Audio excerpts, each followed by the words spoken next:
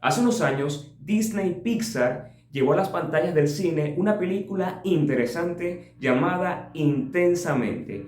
Era una película sumamente asombrosa porque logró captar la atención del público adulto a pesar de ser una película animada o de dibujos animados. Y es que esta película se trataba de la vida de una niña de 11 años, y la intención de los creadores de esta película era tratar de dar como una especie de perspectiva de lo que son las emociones en la vida de las personas, del impacto que tienen las emociones en las decisiones que estamos tomando y en la manera en cómo nos comportamos en la sociedad. Y para lograr esto, estas personas lo usaron una niña de 11 años, en este caso, que era la protagonista de esta película. Y si analizamos esto, nos daremos cuenta que en esa edad suceden muchas cosas.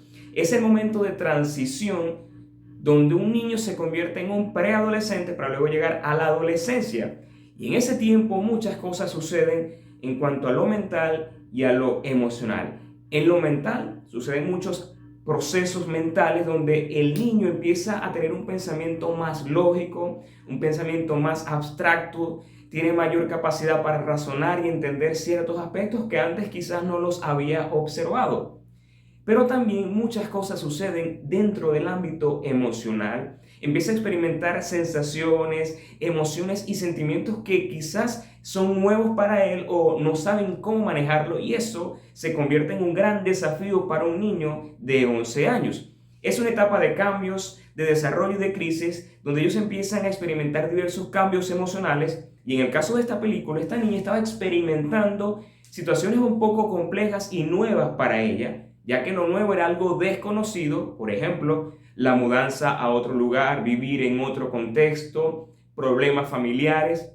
Eran cosas que esta niña no sabía manejar, no sabía cómo gestionar sus emociones, y más o menos de eso trataba la película. Y en esta película podemos notar que habían 5 emociones básicas, o mejor dicho, 5 emociones principales.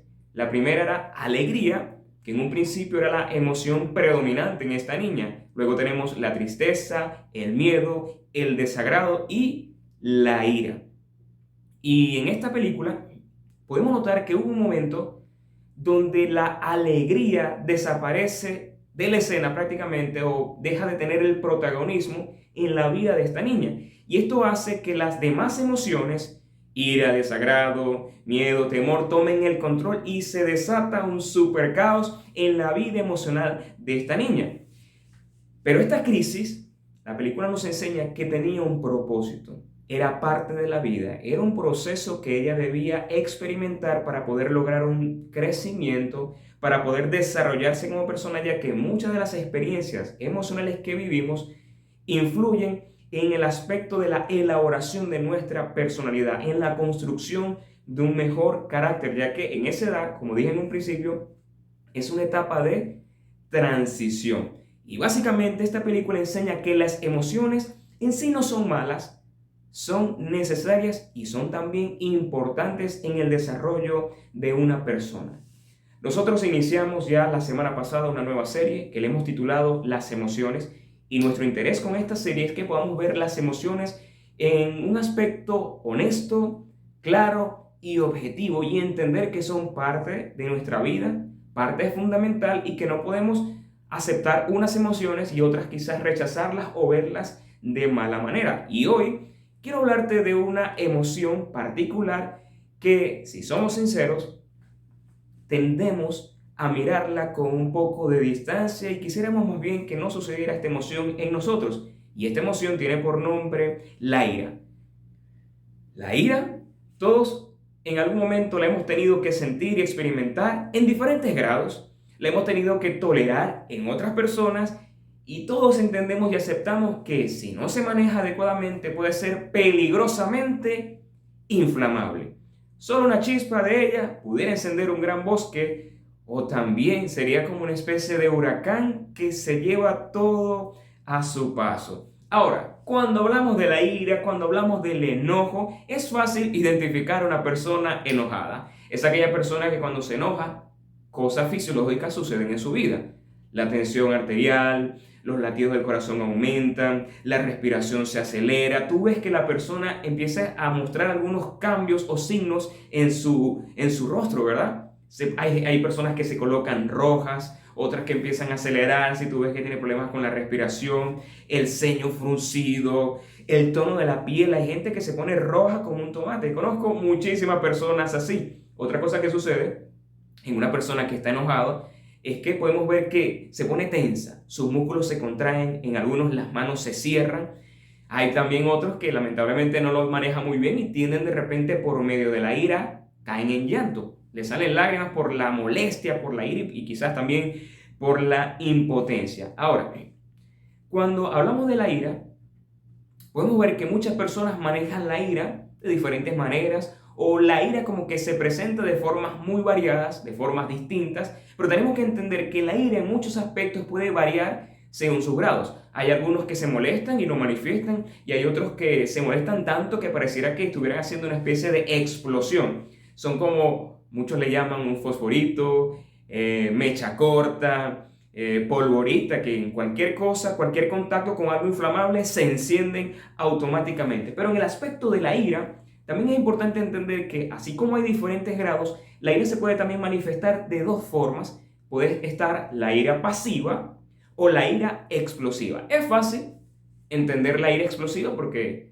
se refiere a aquella persona que por un arrebato de ira explota, y cuando explota todos lo podemos fácilmente identificar. Pero ¿qué hay de aquellos que tienen ira pasiva? Son aquellos que guardan la ira dentro de sí, en sus corazones, y tienden a quizás tratar de disimularlo, esconderlo, pero se nota, pero lo guardan tanto que eso a largo plazo le trae grandes problemas, o lamentablemente como lo guardan y tienen que soltar eso, alguien más adelante termina pagando los platos rotos. Es decir, la persona con ira pasiva guarda su enojo y muchas veces tiende a proyectarlo en otras personas o en otras circunstancias o en otros contextos que lamentablemente no deberían hacerlo. Ahora, uno se preguntará, ¿por qué razón hay personas que tienen esa ira pasiva? ¿Por qué hay personas que son más explosivos que otros? Y hay que entender que también que nosotros como seres humanos, creados por Dios, tenemos diferentes personalidades.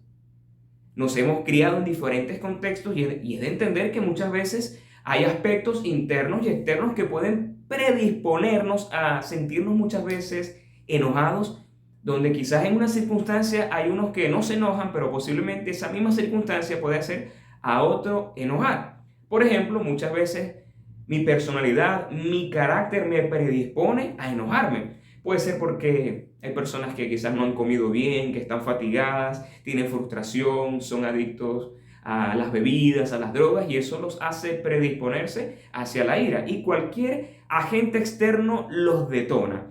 También otra cosa interesante de la ira es que hay factores no solamente internos, sino externos.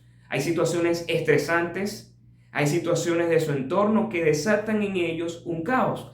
Pero la realidad es que en algún momento nosotros hemos tenido ira por asuntos internos en nosotros. Pero otras veces hay circunstancias externas que han hecho que uno se encienda en molestia, se enciende en ira, y lamentablemente son cosas que no podemos evitar o que de alguna forma hemos permitido que la ira tome control de nosotros. Conversando esto con una amiga, ella me comentaba que ella piensa que la mayoría de las veces nosotros tendemos a enojarnos no es tanto por las circunstancias, sino por las personas. Porque muchas veces hay cosas que se escapan de nuestras manos, el problema de las expectativas no cumplidas, cuando perdemos el control de la circunstancia, en este caso de las personas, y eso genera mayor frustración. En otras palabras, esto que me comentaba mi amiga, ella lo veía que tenemos más facilidad para enojarnos por las personas o con las personas que enojarnos por ciertas circunstancias. Ahora, algo que yo he aprendido de esto mientras estudiaba un poco este tema, mientras reflexionaba para esta serie que estamos organizando, que ya prácticamente inició la semana pasada, hay algo importante y yo quiero dejártelo muy claro, y es que no podemos percibir la ira como algo negativo, porque si decimos que la ira es algo negativo, estamos diciendo algo en nosotros está mal.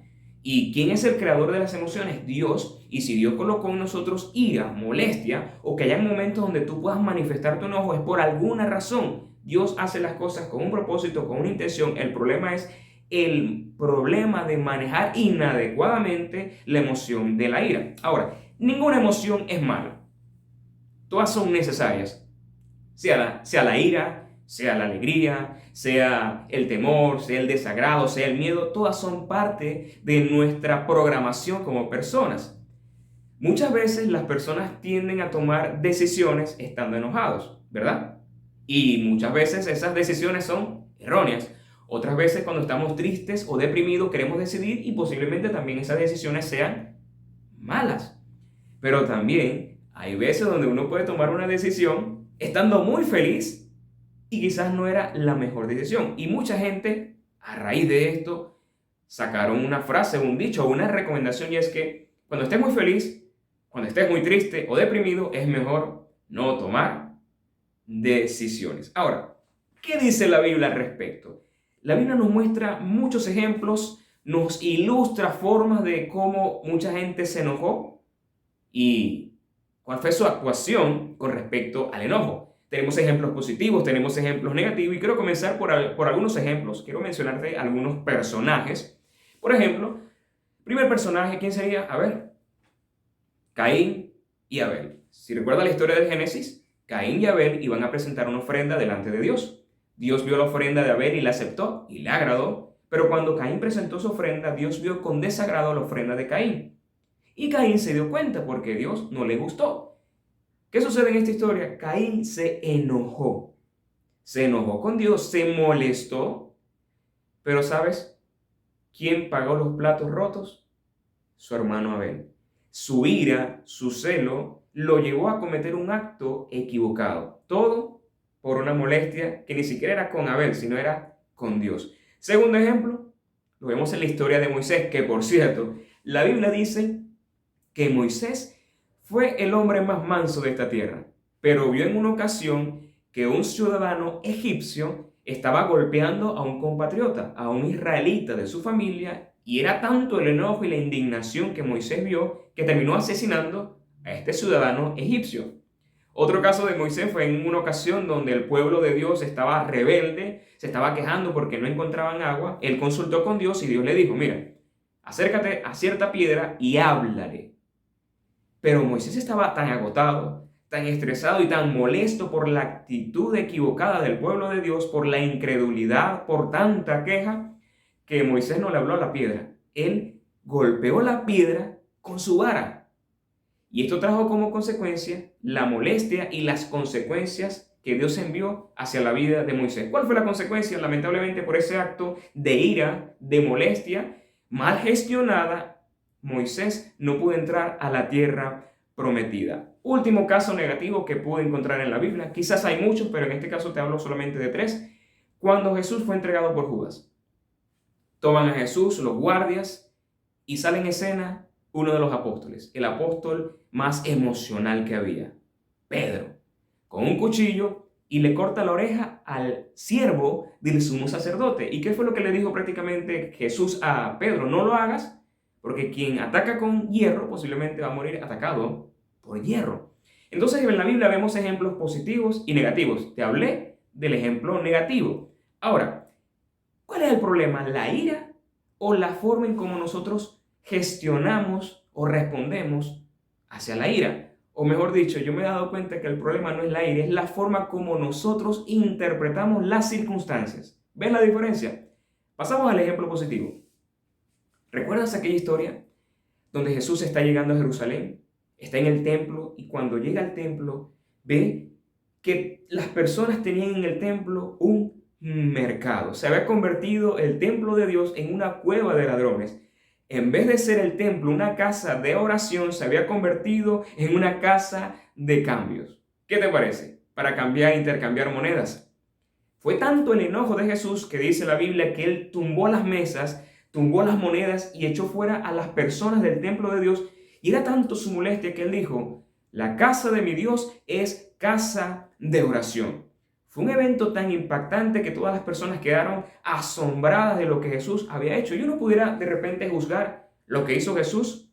¿Cómo va a ser posible que lo haya hecho? No era el Hijo de Dios, ¿por qué se dejó controlar por la ira?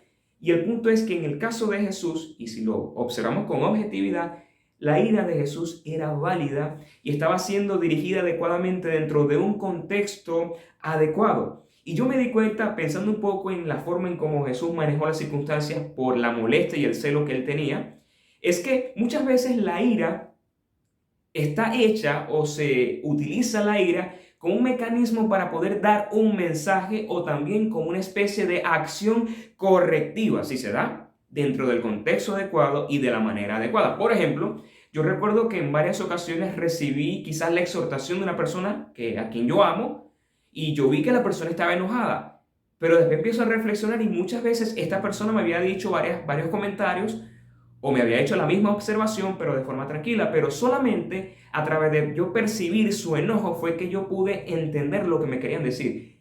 De alguna forma pudiera decirte que el enojo es una especie de impresora para que los mensajes queden más claros y se entienda la gravedad del asunto que nos están haciendo ver. En este caso, Jesús, ¿qué quería hacer? Mostrarle al pueblo el error y el pecado que estaban cometiendo. Jesús quería mostrarle al pueblo que Dios estaba enojado de la misma forma que él lo estaba y que Dios iba a tener que tomar acciones si no se tomaban las correcciones en ese momento. Espero que me hayas podido entender. Ahora, Jesús muchas veces se enojó por la dureza del corazón. Este es otro ejemplo. Muchas veces se enojó Jesús por la dureza del corazón de los escribas y fariseos. Estas eran personas que decían ser conocedores de la ley, pero eran hipócritas y no estaban creyendo el mensaje de Jesús. Y muchas veces en la Biblia vamos a observar que Jesús se enojaba ver la incredulidad de estas personas, la dureza de sus corazones. Entonces, si Jesús se enojó, era humano también, 100% Dios, 100% hombre, y era lógico que en ciertos momentos Jesús se enojara. Entonces, no hay problema si en algunos momentos tú te enojas cuando ves cosas que no están bien, cuando hay cosas que no como dice uno por acá, que no te cuadran. No hay problema. Es normal que te enojes. El problema es cómo estás interpretando las circunstancias y cómo estás reaccionando en ese momento de molestia. Otro ejemplo, sería mi último ejemplo, el apóstol Pablo. Hubo un momento en el apóstol Pablo, en la carta a los Gálatas, él dice que él percibió un comportamiento extraño en el apóstol Pedro. Vio que Pedro estaba tomando un tipo de actitud como hipócrita y Pedro, con ese tipo de actitud, hizo enojar a Pablo y Pablo lo exhorta delante de unas personas y le dice: mira, estás tomando una actitud hipócrita y recuerda quién eres, de dónde vienes y lo que Dios ha hecho en ti. Prácticamente el apóstol Pablo estaba exhortando al apóstol Pedro por una actitud hipócrita y eso provocó en Pablo una molestia. Ahora, esto nos enseña a nosotros que la ira no podemos verla como algo 100% negativo. Tiene cosas positivas la ira. Lo vuelvo a repetir, es un mecanismo también de defensa, es una especie de impresora para dar claros mensajes, es una opción correctiva muchas veces, pero también tenemos que entender que la ira es una forma, una respuesta a un estímulo. Somos seres emocionales. Te lo vuelvo a decir, nuestra idea con esta serie es que nosotros podamos tener una perspectiva más amplia y más objetiva del rol que cumplen las emociones en cada uno de nosotros. Y en este caso, necesitamos ver la ira y el enojo desde una perspectiva como la perspectiva que Dios quiere, la perspectiva de Dios. Ahora, ¿qué dice la Biblia? Hemos hablado de algunos ejemplos positivos, negativos, pero ¿qué dice la Biblia acerca de la ira? ¿Hay alguna respuesta? ¿Hay alguna solución para poder manejar la ira que muchas veces se sale de control en nosotros? La Biblia dice, en Santiago capítulo 1, versículos 19 y 20, esto lo dice el escritor Santiago, el obispo Santiago, hermano de Jesús: mis queridos hermanos, tengan presente esto. Todos deben estar listos para escuchar y ser lentos para hablar y para enojarse, pues la ira humana no produce la vida justa que Dios quiere. Cuando leo este texto, a mí, en lo personal, me da mucha gracia, y es porque ese texto revela realidades de la humanidad, realidades personales de José Escalona, pero también quizás no, estoy totalmente seguro que revela realidades de tu vida. Lo vuelvo a leer. Mis queridos hermanos, tengan presente esto. Todos deben estar listos para escuchar y ser lentos para hablar y lentos para enojarse, pues la ira humana no produce la vida justa que Dios quiere. Este texto me enseña en primer lugar que hay una tendencia muy marcada en nosotros para enojarnos. Es natural que tengamos siempre una predisposición hacia el enojo. Y la Biblia enseña que el enojo, cuando no se maneja adecuadamente, puede producir caos, incendios, tormentas, crisis y podemos hacer mucho daño. También la Biblia me enseña en este versículo que alguien airado, alguien iracundo, alguien que deja que la molestia, el fuego de la ira lo controle, deja a un lado el consejo de Dios. Por eso él dice que en la ira, en la molestia de una persona no obra el consejo o la justicia de Dios. Ahora, tú dirás, ¿para qué me sirve esto? ¿Para qué me sirve saber estas cosas? Y es que cuando tú te haces consciente, tú estás claro del efecto peligroso del enojo, esto te permite a ti tomar cartas y acciones en el asunto. Ahora, otra cosa que podemos ver acá es que este versículo de Santiago también nos da mecanismos para poder cómo gestionar nuestras emociones, en este caso la ira. Este texto a mí me muestra es que nosotros podemos utilizar la ira a nuestro favor. Ese es el punto. Nosotros podemos utilizar esa fuerza a nuestro favor. Es decir, debemos aprender a dirigir nuestro corazón, que en ese momento está airado, hacia una escucha atenta sin adelantarnos. Fíjate que en este versículo nos dice, sean prontos para oír, pero luego dice, sean tardos para hablar y tardos para airarse. Donde dice que tenemos que ser rápidos es en escuchar, y esto es un elemento importante a la hora de enojarnos, y es que muchas veces nosotros nos enojamos porque no escuchamos, porque no entendemos, porque ignoramos ciertos aspectos, porque malinterpretamos, porque nuestra perspectiva en ese momento quizás no es la correcta, porque hay cosas que desconocemos y muchas veces juzgamos desde nuestro interior, desde nuestra predisposición, desde nuestros prejuicios. Y yo te hago una pregunta, ¿cuántas veces tú te has enojado? Y cuando reflexionas en ese momento de rabia, de enojo, de ira, te das cuenta que no era necesario enojarse, que era algo sin sentido, que era algo hasta, pudiera decirlo, algo tonto. Muchas veces nos enojamos equivocadamente, por malas interpretaciones, te lo vuelvo a repetir, porque no damos espacio a la reflexión. Pero ¿cómo puede haber reflexión si escuchamos y actuamos? No, tenemos que escuchar, pero tenemos que esperar, reflexionar para luego actuar y opinar. Con respecto a esto, algunos psicólogos apuntan que una persona irritable, que se enoja fácil, puede fácilmente estar equivocada. Fácilmente puede estar equivocada porque la ira causa una pérdida en la actividad de automonitorearse, en la actividad de la propia reflexión nuestra, en la observación objetiva. Es decir, que mientras mayor ira, mientras más enojado estés, tus procesos mentales se van a ralentizar, tu software como que se paraliza. ¿Qué te parece eso? Una persona enfadada puede perder la empatía, la prudencia o la consideración y puede causar daño a otras personas, incluso a personas amadas y también a él mismo. Ahora, hay 3 palabras griegas que encontré en la Biblia que describen de alguna forma lo que es la ira, el enojo o la rabia. Te las voy a presentar en este momento. La primera palabra es orge, la segunda thumos y la tercera picria. La primera palabra, orge, es la que relacionan más con la molestia, con el enojo. Esto significa básicamente un impulso, un deseo o una disposición natural. Luego esta palabra llegó a convertirse o a significar ira como algo intenso y algo que viene de lo más profundo de nuestras pasiones. Es la excitación de la mente, es una pasión violenta, es la agitación del alma. Es cuando tú te enojas y te sobresaltas un poco. La segunda palabra es la segunda palabra, en este caso es thumos o dumos. Me supongo que adivinen la palabra dunamis, de dinamita.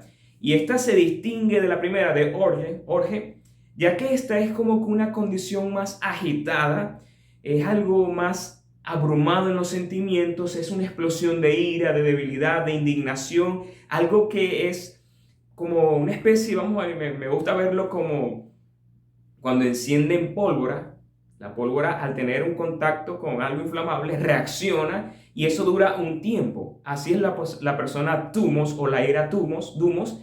Y es que cuando la persona le llega el momento, se enoja tanto que es una explosión, un momento de ira que dura posiblemente un momento. Son aquellas personas explosivas que cuando tú ves se enojan, dicen lo que dicen, hacen lo que hacen y luego se calma todo. Pero este tipo de ira es sumamente peligrosa. Me atrevo a decir que es la más inflamable de todas. Ahora, vuelvo a decirlo, el problema yo pienso que no es la ira, es la manera en cómo interpretamos nuestras circunstancias y la forma en cómo respondemos a ellas. Ahora, la Biblia dice algo sumamente interesante y posiblemente tú lo has escuchado y lo has leído en la Biblia. La Biblia enseña en Efesios 4:26, airaos, pero no pequéis. Moléstate, pero no peques. No se ponga el sol sobre tu enojo, ni des lugar al diablo. Airaos, pero no pequéis. No se ponga el sol sobre vuestro enojo, y ni deis lugar al diablo. Pero también, unos versículos después, el apóstol Pablo vuelve a tocar el tema de la ira y dice: abandonen toda amargura, ira y enojo, gritos y calumnias, y toda forma de malicia. Y si tú observas estos versículos de Efesios 4, observas el versículo 46, perdón, el versículo 26 y luego el versículo 31, pareciera que Pablo se estaba como que contradiciendo. Él dice, airaos pero no pequéis. Dice, de alguna forma tú puedes decir, bueno, me puedo airar, me puedo enojar, tengo que tener cuidado, es mi reacción, mis acciones, lo que digo y lo que hago. Pero luego dice, abandona toda ira, todo enojo. ¿Hay una contradicción en esto? ¿O es que Pablo se estaba refiriendo a dos tipos de personas? Yo creo que es la opción 2. Pablo aquí se estaba refiriendo a otro tipo de personas. La primera tiene que ver con una ira justa, lógica, válida, pero que hay que saberla manejar. Pero la otra tiene que ver más con la ira dumos, esa ira explosiva, irracional, donde no importa lo que suceda, sino que hay que expresarla. Esa es la ira que el apóstol Pablo dice, sácala de tu vida. Ese arrebato de ira, que muchas veces en las personas se convierten en un arrebato, mejor dicho, un estilo de vida o un patrón de conducta. Es aquella persona que por cualquier cosa se molesta, explota, tira la puerta, lanza fuego por su boca, y las personas pareciera que no quieren estar cerca de una persona así, de un iracundo, porque por cualquier cosa se molesta. Yo conozco personas que por un ataque de ira han hecho cosas terribles que después luego se andan arrepintiendo, luego andan pidiendo perdón, pero es como que un patrón vicioso donde la ira los controla. No saben gestionar la ira en su vida. Por eso Pablo dice, lo vuelvo a leer, versículo 31 del capítulo 4 de Efesios, abandonen toda amargura, ira, enojo, gritos, calumnias y toda forma de malicia. Me llama la atención que Pablo en ese versículo hace un cóctel o una mezcla de palabras que indican una cosa, una persona tóxicamente peligrosa. Y es que cuando dejamos que la ira se posicione, predomine y controle todo lo que hay en nosotros, incluso nuestra área racional, nos metemos en grandes problemas y podemos hacer mucho daño y hacer daño a nuestras vidas. Y ahí entro a la tercera palabra griega, te la vuelvo a recordar, orge, dumos, y la tercera es picra, la palabra picra, y esta palabra es sumamente interesante, pero me voy a servir de un versículo bíblico que a mi parecer ilustra mucho esta idea. Hechos capítulo 8 versículo 23 dice, porque en hiel de amargura y en prisión de maldad veo que estás. Estas palabras se las dijo uno de los apóstoles a un hombre que quería recibir el Espíritu de Dios para hacer milagros, pero por motivos equivocados, por motivos egoístas, pecaminosos. Él quería algo de Dios, pero con un fin terrible. Y el apóstol puede identificar lo que él estaba haciendo y cuáles eran sus verdaderas motivaciones. Y viene este hombre de Dios y lo exhorta y le dice, porque en hiel de amargura y en prisión de maldad veo que estás. ¿Qué significa esto? Hiel es una planta de sabor amargo. Amargo, y muchas veces es de carácter venenoso. Imagínate, algo amargo y venenoso.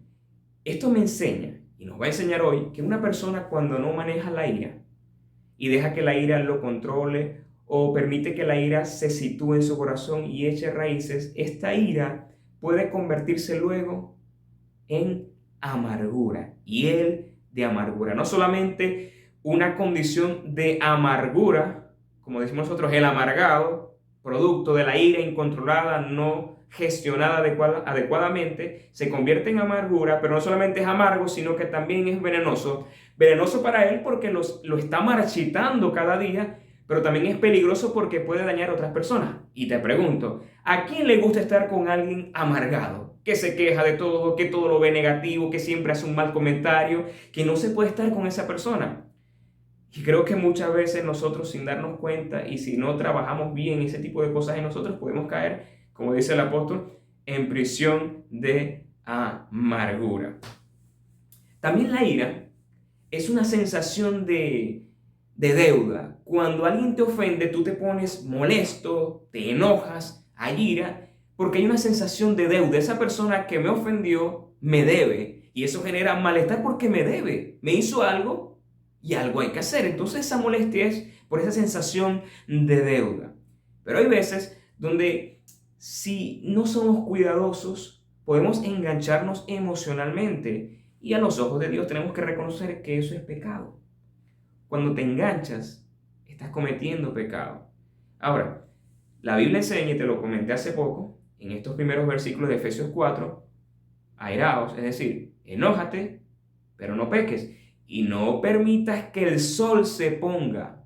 Es decir, no puedes pasar todo el día molesto, pero hay personas que están un día, 2 días, 3 días. ¿Cuántas familias están enojadas por algo que pasó y quizás es algo que no tenía sentido y tienen semanas, meses que no se dirigen la palabra o años y se ven y se ignoran o se esquivan, producto de una ira que no se pudo manejar con sabiduría de Dios, ni con objetividad, ni con racionalidad? Es una realidad que quizás a muchos les ha pasado, les está pasando, tal vez te está pasando a ti. Por un momento de ira, eso ha estropeado tu relación con personas que amas, personas cercanas, como un hermano, una hermana, tu papá, tu mamá. No lo sé, pero es bueno que el día de hoy puedas reflexionar.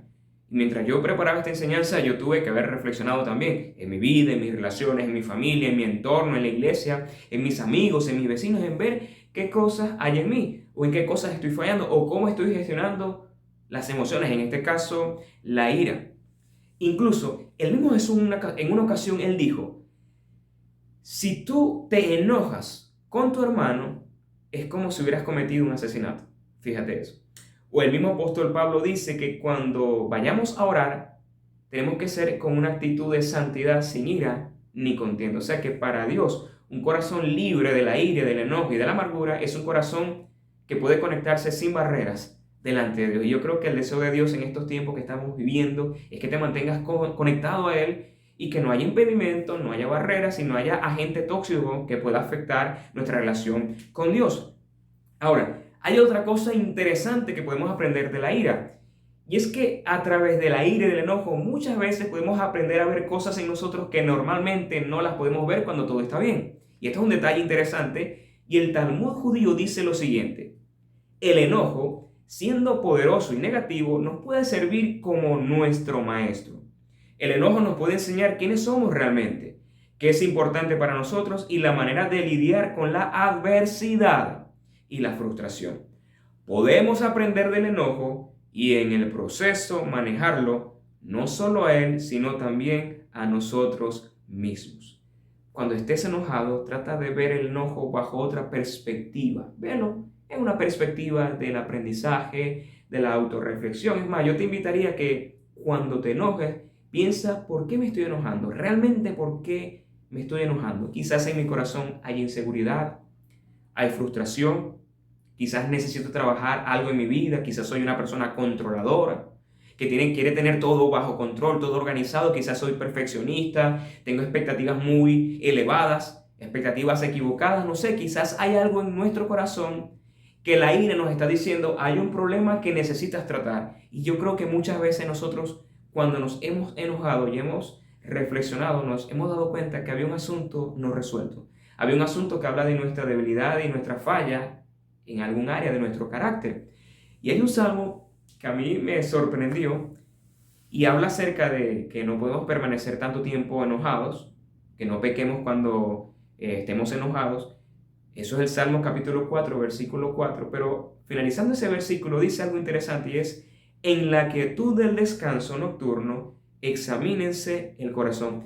Y yo creo que cuando hay ira en tu corazón y ves que sucede muchas veces, de manera repetida, constante, de diferentes grados, por muchas razones, creo que es bueno que te examines y le digas a Dios: Dios, ayúdame a ver las cosas con objetividad y entender por qué razón tiendo a ser tan airoso, tan enojado, tan amargado.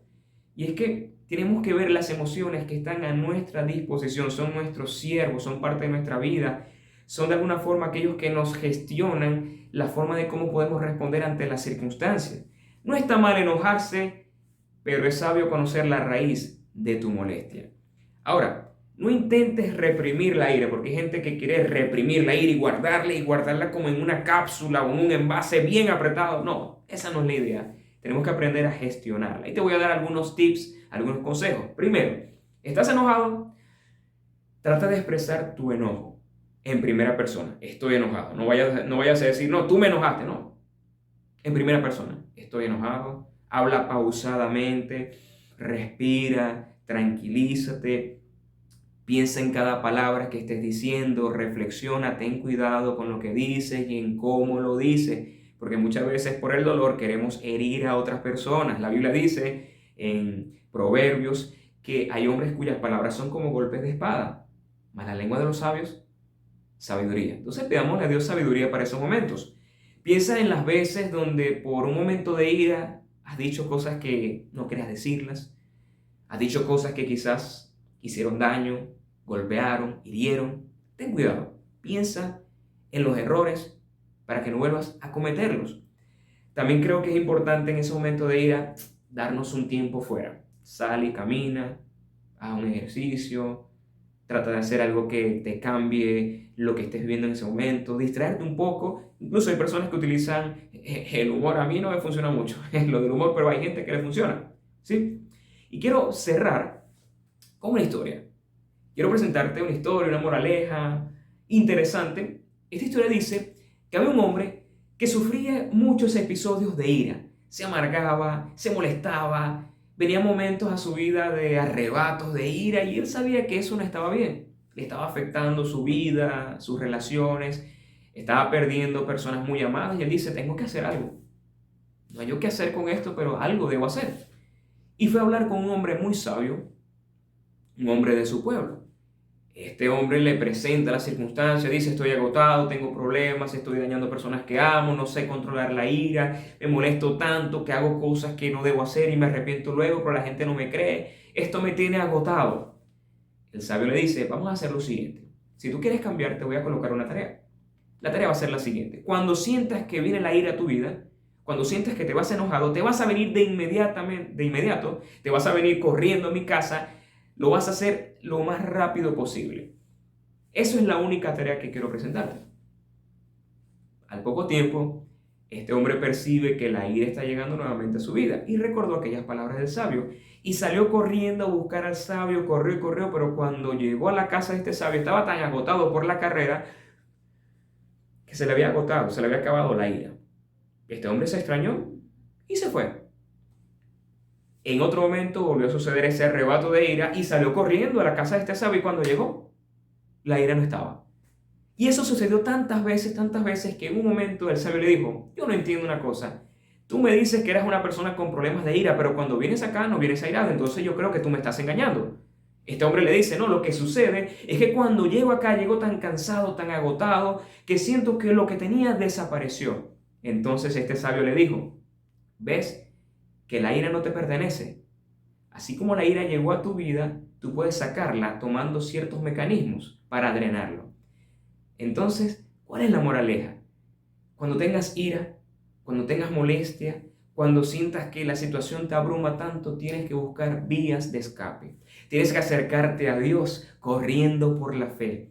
Que cuando te acercas a Dios y le presentas tus circunstancias, Él te va a ayudar a canalizar toda ira, toda molestia, porque, ¿sabes una cosa? Dios es el dador de la paz, el dador del gozo, y es nuestra paz en medio de la tormenta. Y así sean las tormentas externas, tenemos la garantía de que muchas veces cuando las tormentas sean internas, producto de nuestra ira, Él puede aplacar nuestras aguas. El mejor consejo que te quiero dar hoy es: no veas la ira como algo negativo, ve la ira como una oportunidad para mejorar y para crecer en tu carácter, pero también como una oportunidad para revisarte y poner las cosas en orden. Organiza tu vida, organiza tu hogar, organiza tus emociones, y te puedo garantizar que una mejor vida se presentará hoy a tu vida. Ese es nuestro deseo hoy como iglesia, ese es mi deseo hoy y también es mi oración. Deseo de corazón que este mensaje ha sido de mucha bendición y que sea de ayuda. Pero lo más importante es poner en práctica lo que hoy he compartido contigo. Saludos, que Dios te bendiga, un súper abrazo para ti, que pases un excelente inicio de semana. Un abrazo.